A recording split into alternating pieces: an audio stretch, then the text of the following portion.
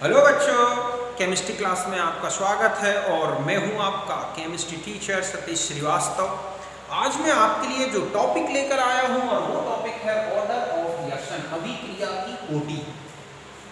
तो स्टार्ट करते हैं हम अपना टॉपिक। तो देखो, किसी भी रिएक्शन में रिएक्टेंट्स के मॉलिक्यूल्स, आयंस और एटम्स जिन पर रेट ऑफ रिएक्शन एक्चुअल पे डिपेंड करता है, उनका नंबर ही क्या कहलाता है? Order of reaction. समझ गए बच्चों कि किसी भी रिएक्शन में जो रिएक्टेंट्स हैं, उनके एटम्स, आयंस, मॉलिक्यूल्स जिन पर रेट ऑफ रिएक्शन एक्चुअल पे डिपेंड करता है, उनका नंबर या उनके नंबर्स का सम ही क्या कहलाता है? Order of reaction. समझ गए बच्चों कि किसी भी अभिक्रिया में अभिकारकों के अणु, परमाणु या आयनों की संख्या का योग जिन पर अभिक्रिया का वेग निर्भर करता है, वास्तव पे निर्भर करता है, उसे ही हम क्या बोलते हैं? उस अभिक्रिया की कोटि। अगर वो एक पे डिपेंड करता है तो मतलब है एक ही रिएक्टेंट पे डिपेंड करता है तो हम कहेंगे ऑर्डर 1 है। 2 रिएक्टेंट्स पर डिपेंड करता है तो ऑर्डर 2 होगा। 3 रिएक्टेंट्स पर डिपेंड करता है तो ऑर्डर क्या होगा? 3 होगा। तो इस तरह से कि number of atoms, ions, molecules of reactants on which the rate of reaction actually depend experimentally, मतलब ये एक्सपेरिमेंटली वेरीफाइड किया गया हो कि एक्चुअल इन पर डिपेंड करता है, तो it is called order of reaction. It is equals to the sum of exponents which raised on the concentration term in the rate law equation। हाँ, अगर एक रेट लॉ इक्वेशन आपको दे दिया गया हो तो उस रेट लॉ इक्वेशन में जो कॉन्सेंट्रेशन टर्म्स हैं, उनके जो एक्सपोनेंट्स, उनका सम ही क्या कहलाएगा? उस रिएक्शन का ऑर्डर। समझ गए बच्चों कि जो दर समीकरण है, उनके जो कॉन्सेंट्रेशन टर्म्स हैं, अर्थात जो सांद्रता पद हैं, उनकी घातों का योग ही क्या कहलाएगा? ऑर्डर। समझ गए कि रेट लॉ इक्वेशन में जो कॉन्सेंट्रेशन टर्म्स हैं, जैसे ये है ए का कॉन्सेंट्रेशन टर्म, ए रिएक्टेंट, ठीक है, ये है बी कॉन्सेंट्रेशन टर्म, तो इनके ऊपर जो ये एक्सपोनेंट्स दिख रहे हैं, इनको जोड़ दो, यही क्या हो जाएगा? रिएक्शन का ऑर्डर। इतना सा ध्यान रखना है। अब ध्यान रखें कि जैसे मान लो कोई रिएक्शन A प्लस बी में इनके स्टोइकियोमेट्रिक कोफिशिएंट है स्मॉल a और स्मॉल b और प्रोडक्ट बन रहा है, तो रेट ऑफ रिएक्शन में जब हम ये एक्सपोनेंट्स लगाते हैं, तो ये एक्सपोनेंट्स का जो है ये a और b के बराबर भी हो सकते हैं या फिर इनसे अलग भी हो सकते हैं। ये इससे डिसाइड होता है एक्सपेरिमेंटल मेथड से।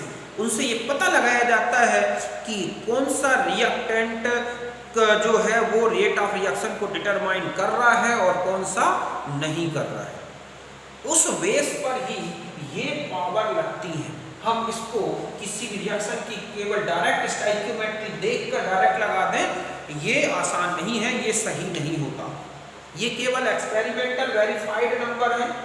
इन नंबर्स को जब एक्सपेरिमेंटली वेरीफाइड कर लिया जाता है, तब जाके रेट लॉ इक्वेशन में है एक्सपोनेंट के फॉर्म में रिप्रेजेंट किया जाता है। अगर इनका सम 0 है तो 0 ऑर्डर होगा, इनका सम 1 है तो 1 ऑर्डर होगा, इनका सम 2 है तो 2 मतलब सेकंड ऑर्डर होगा। इस तरह से first order, second order, third order, इस तरह की रिएक्शंस मिलेंगे। तो आप इसे नोट करें।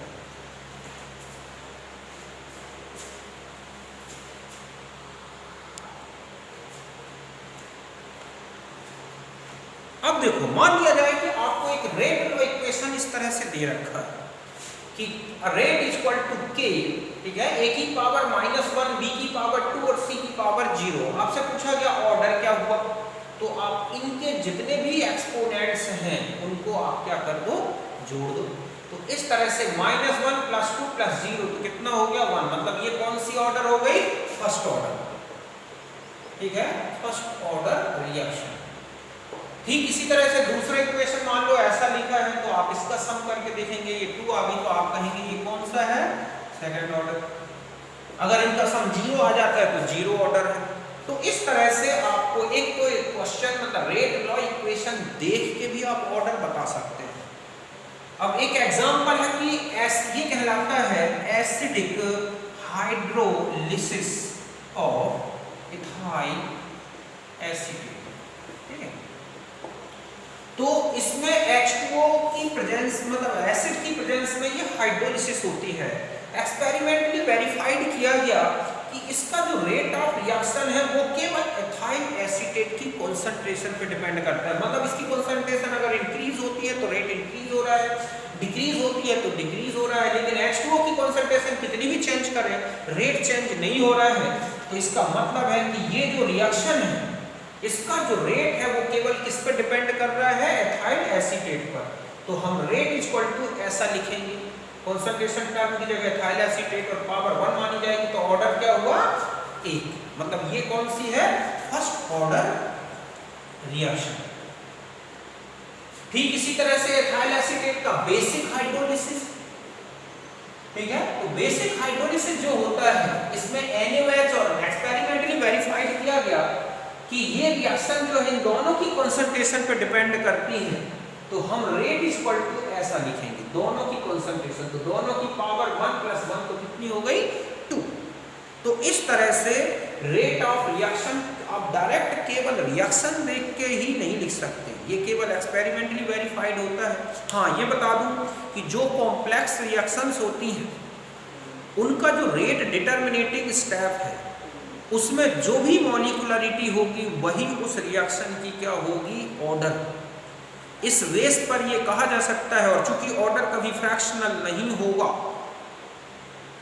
नहीं सॉरी, जो मॉलिक्युलरिटी है वो कभी फ्रैक्शनल नहीं होती, तो इसका मतलब है कि ऐसी रिएक्शंस का जो ऑर्डर है वो भी हमेशा क्या होगा, होल नंबर में आएगा, कभी फ्रैक्शनल नहीं लिखा जाएगा। तो ये तो हम कैरेक्टर्स में देखेंगे अभी। तो आप समझ गए होंगे कि ऑर्डर क्या है, तो आप इसे नोट कर लें।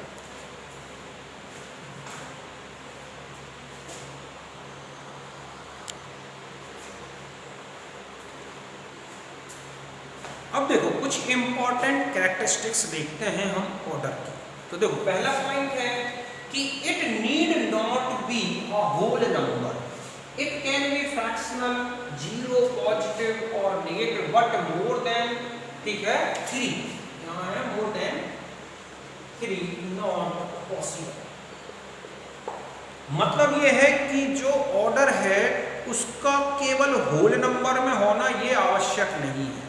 इसकी जो वैल्यूज हैं वो या तो फ्रैक्शनल भी हो सकती हैं, 0 भी हो सकती है, नेगेटिव में भी हो सकती है और पॉजिटिव में भी हो सकती है, लेकिन 3 से ज़्यादा नहीं होती। क्यों? क्योंकि कोई भी रिएक्शन रिएक्टेंट मॉलिक्यूल के कोलेजन से होती है, तो कोलेजन में जो नंबर ऑफ पार्टिकल्स यूज होते हैं वही उसकी मॉलिक्युलरिटी है, और हम जानते हैं कि जब मॉलिक्युलरिटी ही 3 से ज़्यादा नहीं होती तो ऑर्डर का 3 से ज़्यादा पॉसिबल होना नहीं है, क्योंकि ऑर्डर में भी तो रिएक्टेंट मॉलिक्यूल कोलेजन करेंगे और रेट ऑफ रिएक्शन को डिटरमाइन करेंगे, तो इसकी वैल्यू 3 से ज़्यादा नहीं होगी। दूसरा ये 0 भी हो सकती है, मतलब ऐसी भी रिएक्शंस हैं जिनका ऑर्डर जो है वो रिएक्टेंट की कंसंट्रेशन में चेंज होने से चेंज नहीं होता। इसका मतलब है कि उसमें जो रिएक्टेंट्स हैं वो ऑर्डर को डिटरमाइन नहीं करते। ये तब ज़्यादातर होता है जब रिएक्टेंट्स जो है बहुत ज़्यादा कंसंट्रेशन में हो, तो उनकी कंसंट्रेशन टाइम के साथ अगर डिक्रीज इंक्रीज होती भी है, डिक्रीज तो भी रेट में कोई इफेक्ट नहीं पड़ता। समझ गए ना?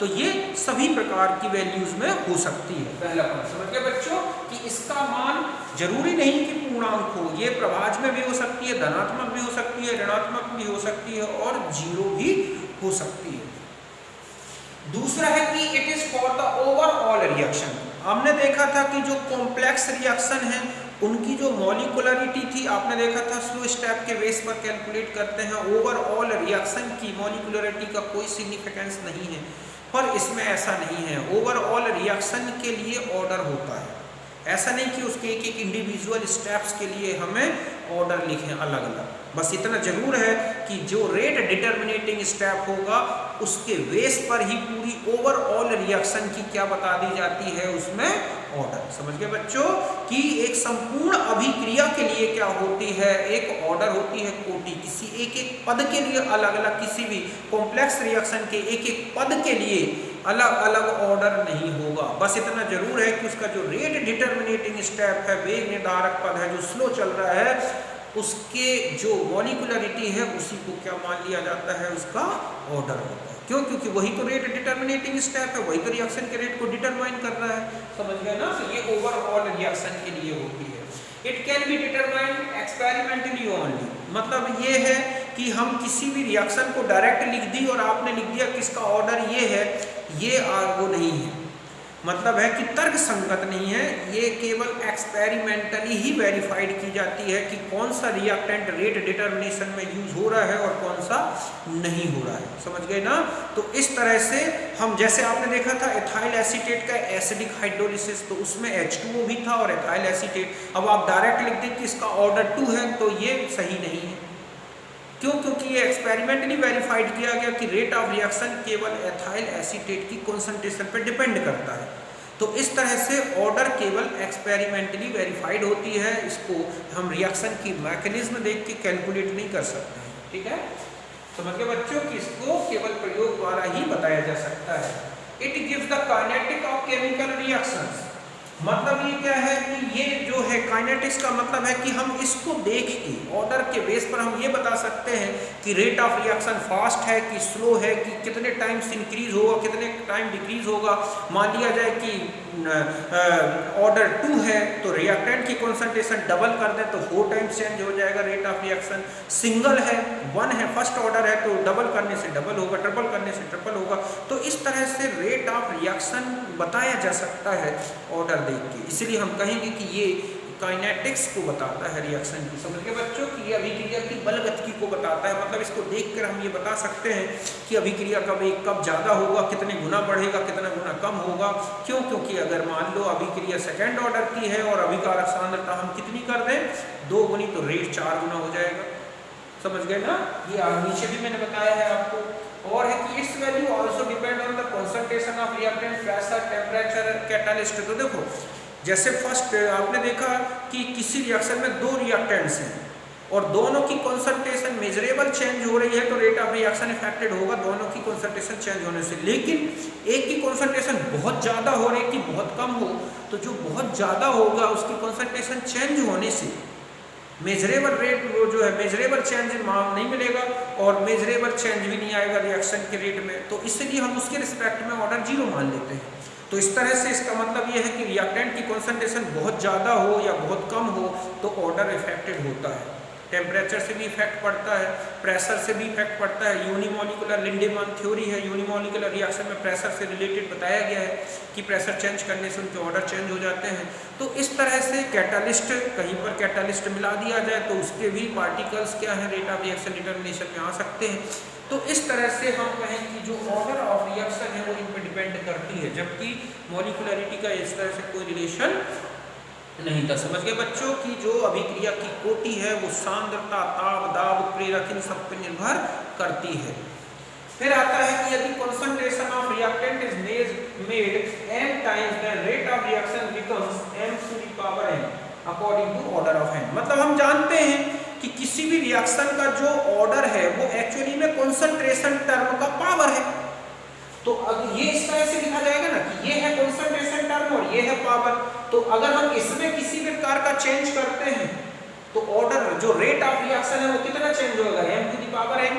मान लो ये है सेकेंड ऑर्डर रिएक्शन, ठीक है, और यहाँ पर है 1 मोल और उसकी पावर लगी है 2, तो जो आएगा, ठीक है, रेट ऑफ रिएक्शन 1 की पावर 2 आएगा। अब मान लो आपने डबल कर दिया तो अब 2 की पावर 2 आ जाएगा। तो पहले तो 1 टाइम्स था, एकदम सीधा 4 टाइम्स बढ़ जाएगा डबल करने से।